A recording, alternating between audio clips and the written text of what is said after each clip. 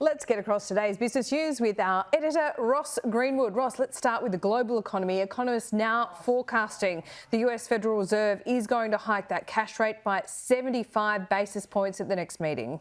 Yeah, well, that's really all about the inflation that came out yesterday, 9.1%, the annual rate, the highest in 40 years, and also the comments in the past from the chair of the US Federal Reserve, and that is Jerome Powell, effectively that he would prefer to even see a slowdown in the US economy or a recession as distinct from inflation, staying in that economy for longer. So Chris Waller, who is a board member of the Federal Reserve, has come out with a statement today effectively saying that he would prefer to see a 75 basis point increase. So he says, looking forward to the FOMC, that's the Open Market Committee's next meeting with the CPI data in hand. I support another 75 basis point increase, bringing the target range for federal funds to 2.25% to 2.5% before August. I should tell you though, Laura, that there are many inside the United States who believe a 1 percentage point raise will be coming in this meeting. Now, the important aspect of this also is really just where the United States heads. If it does go into recession,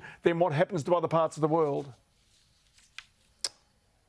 Wow, indeed. And so how does that play out here in terms of our cash rate? Well, think about if the United States has got a 2.5% cash rate, ours is 1.35%. Now, interestingly enough, with those 48-year lows for unemployment here, the concern is that wages inflation breaks out because the supply and demand for workers is really out of kilter. And so that being the case, Australia might very well either find its dollar falls significantly, which has been happening, or indeed that the Reserve Bank itself is forced to raise rates. Phil O'Donoghue, who is the chief economist for Deutsche Bank here in Australia, believes that the Reserve Bank is going to be forced to itself increase rates by 0.75% at its next meeting. And do bear in mind, it's not unprecedented because only yesterday the Bank of Canada, the Central Bank of Canada, raised its rates by 1% to 2.5%, but that leaves our 1.35% looking a little bit light compared with most of the other Western nations. OK, let's look at the markets now. The iron ore price is getting closer to $100 a tonne. That's bad news for miners like Rio, isn't it?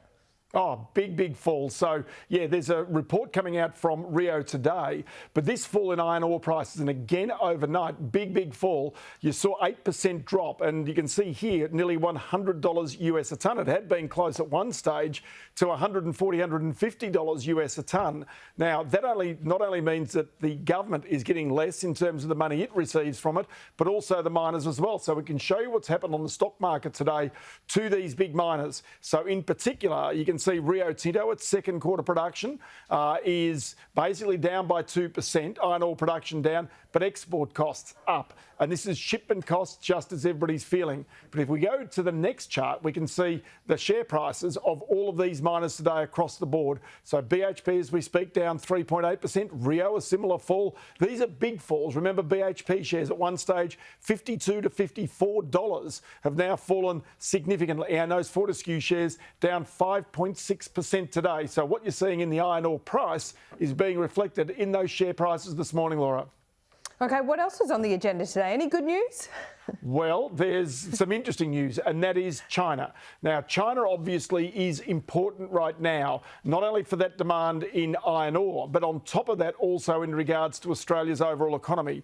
With the lockdowns in China, and in particular recent lockdowns that have taken place in Macau as a result of COVID outbreaks, its economy in the June quarter is expected to have fallen by 2%. Now, remember that the central government there is hoping and expecting that the economy will grow by 4% for the year. But the real problem is now that China is struggling, the United States is struggling, and that leads really, if you like, to some of this conversation about having to really at some point down the track cut interest rates to support these economies that really right now look as though they're teetering on the edge of recession.